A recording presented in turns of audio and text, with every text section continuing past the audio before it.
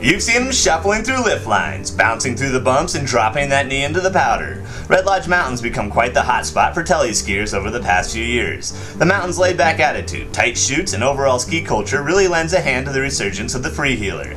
But what's the real deal with those crazy telemarck skiers? So we hit the slopes to find out why you'd want to start something that looks harder than skiing or snowboarding. Grant Bernard, Red Lodge Mountain's own certified tele instructor, claims it's the call of the wild that made him want to bend the knee. I learned to ski in the backcountry, and it was like the only option I had. I didn't have any option of alpining in groomed areas like this. Lucky for us, we don't have to adventure into the backcountry to learn how to ride. Red Lodge Mountain offers some great beginner and intermediate slopes to learn on. While learning how to tele, you'll find that your first obstacle you'll face is balance. In order to find your center of balance, it's important to keep your body heading down the fall line, holding that traditional tele position and shuffling your feet. In teleing, you're doing a lot of those same movements, but at the same time you're shuffling. You're pushing one foot back or the other foot forward, however you want to look at it. Yeah. So when that happens, you should be edging at the same time.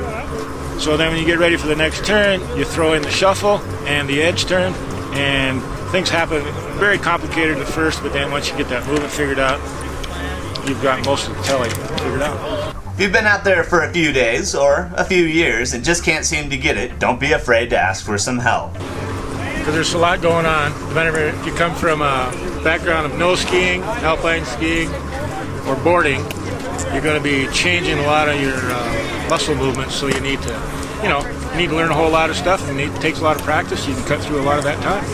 Vince Klaus of G3 Skis joined local ski shop Sylvan Peak for a great morning of demoing teleboards at Red Lodge Mountain. Vince has a few suggestions to help the new skier find that perfect board. I think it depends on your location.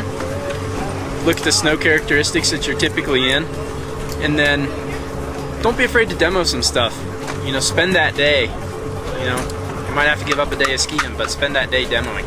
The ski industry is an ever-changing world of new technology coming out every year. I think the days of just making a ski fatter and fatter and fatter are kind of gone, and they're really learning how to make skis ski better by adding features, and one of those main features right now is the early rise tip. That technology is not only in skis, but also in bindings. After all, it's the binding that really sets the tele-skier apart from the crowd.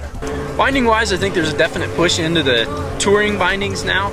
A telemarck binding that has a pivot in the front and can release, not carry all that tension when you're not needing it. You've seen them shredding around and wondered if it's something that you can do. Well, stop wondering and give it a try. Sylvan Peak in downtown Red Lodge offers a great fleet of rentals, and Red Lodge Mountain offers lessons from the best tele-skier instructors around. So get on out there and free the heel and ski for real.